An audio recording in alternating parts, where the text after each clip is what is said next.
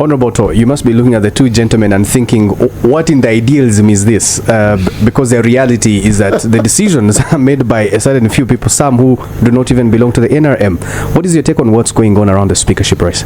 You know, I had 8 hours of thinking yesterday, both in political science and political philosophy, to try to get answers on what is happening in Uganda. And the more questions I ask, the less answers I get. You know, worldwide, there are already defined types of democracy. Actually, one author called Fukuyama says democracy is the final form of government. There is no any other form of government that will emerge for human beings. And you find there are several models of democracy. We have kind of adopted the Western model. We have the consensus democracy. We have the Chinese democracy. We have military democracy. Now, the one of Uganda is interesting because we should have been a Westminster model, but having a package of majoritarianism that the majority takes its all. Now, I call on my good friend Ochieno. If you check Article 208 of our Constitution, it states it brings in the Uganda People's Defense Forces. And if I may read the article, Article 208, it says the UPDF must be nationalistic, patriotic, professional, disciplined, and non-partisan. Still the same article, the UPDF is strictly shall be subordinate to civilian authority. That is in our constitution, and it has not been amended. So we are seeing a very worrying situation where the UPDF, through the commander of the armed forces, benevolent by the way, benevolent, because there are certain actions of his I want to clap my hands and heads. I don't want to again mention. The other time I was accused of heaping praises, the roads in Kampala and all these things. But the UPDF leadership is behaving now like the authority, yet the constitution says it should be subject to civilian authority. Is it fair to drag in a whole institution? No, I said the leadership. No, you said the UPDF. Okay. Is it fair to drag in a whole institution? Maybe it was a slip of tongue. You would excuse me there. So, in relation to what I'm seeing, we are seeing two forces intervening in determining what happens in Parliament. We are seeing the executive dipping its hands deep in Parliament. You remember the late Onapito Ekolomoid. It moved the motion that the moment you are made a minister, you cease being an MP. We called it the Onapito motion. So that Parliament is independent to check the executive. But that one failed in Uganda. We have close to 60 ministers who are members of Parliament. So you don't know whether their loyalty is to the institution that should check the executive, or their loyalty is to the executive.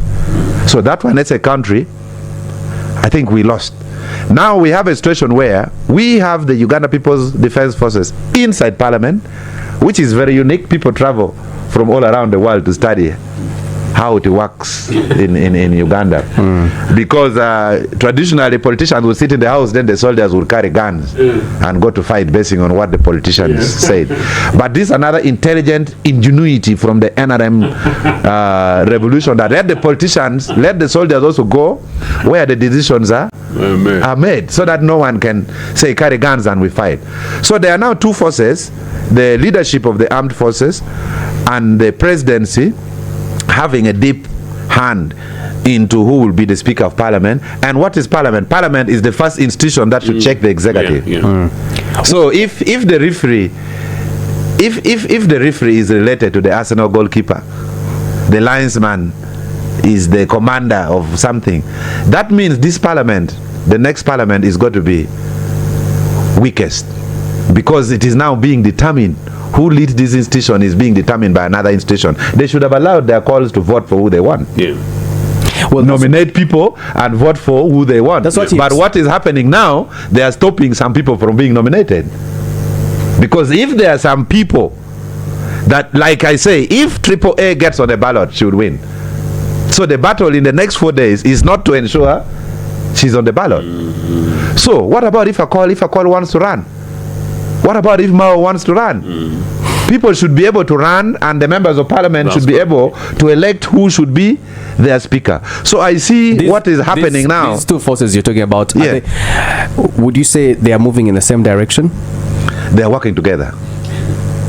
It's a pattern. You have to, in fact, in Ugandan politics, you have to be very careful. Paint for us a picture. There are quadruple centers of power. There are 4 centers of power that any political actor should ever be careful. One is General Museveni. He's so powerful, he's more powerful than all the institutions in the country combined. Then we have General Muhoozi. And then we have General Salim Saleh. And then we have the First Lady. So we are pawns in the chessboard. They know who to move. Move a call here. Let a call say he's supporting Anita. Then all of a sudden they have abandoned Anita. A call has been left in the rain without a forwarding address or a simple apology. So everything is just too fast. So the weakness, the institution of parliament. Why is it such a big deal that you have the centers of power that you're talking about all wanting to control what happens in parliament, who determining who is going to be the next speaker and deputy? Why is it such an important thing? And now that one brings us to the question I was thinking of yesterday, the nature of the Ugandan state. In England, the Queen owns England. In Dubai, it belongs to the king. The whole country belongs to the king, and it should not question. In China, it's a different model. It looks like in Uganda we are not a republic. There is a sense of ownership. There are those who own us, or think they own us. It's different from Kenya and Tanzania. In Kenya, the tribal chiefs and the tribal alliances own the democracy. Similar in Tanzania. So here there is a sense of ownership. So they don't want to take chances. Now, one last thing. General Muhoozi, in his good initiative to fight corruption, I've stated this before, if you really want to get to prison, you cross the path of General Muhoozi in relation to corruption. In the process of fighting corruption, is destroying an institution.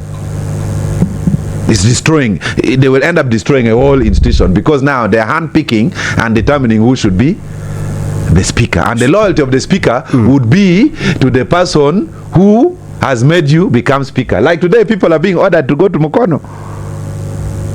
They are going there. It is mandatory. You have to be seen in Mukono. Well, Honorable Anton Acholi here said that he got calls as being asked to go to Mukono. Invitation. What I got is invitation, not order. I am a civilian. What is happening? What is happening in Mukono? And who I am a civilian. What is Mukono? No, Oboth is celebrating his swearing in today. Oboth. Yeah. It is not somebody ordering me to go to Mukono. It is an invitation from Oboth. Is my brother, you guys. Yeah. So we have, well, it is very good to fight corruption. Everyone should clap. We should be on the streets. But should fighting corruption come at the price of destroying an institution? But Honorable Otto, do you think that the institution of parliament should be left to die and under corruption just because no one can do anything about it? If you go to sleep at night, don't you wake up with a bad breath and a sore eye? The body cleans itself. There are institutional mechanisms we set inside parliament to allow parliament to clean itself. At what cost? So we should start asking ourselves, at what cost? Why are those early warning signals obliterated? What happened to the Auditor General? What happened to the Public Accounts Committee? The Auditor General is an office of parliament. How do you expect an office of parliament to be able to... In fact, the person who should be summoned to CID first, even before the speaker, is the Auditor General. Because you are the watchman of the watchmen. That should be first. The order should be different. It is the watchmen who are paying the watchman. Yes, but you are to watch the institution of parliament. Because now we are stressing the president to the extent that the president is now appointing individuals like Tumusime to be the director of budget. Because the institutions have what? Have given way. What has the Auditor General done?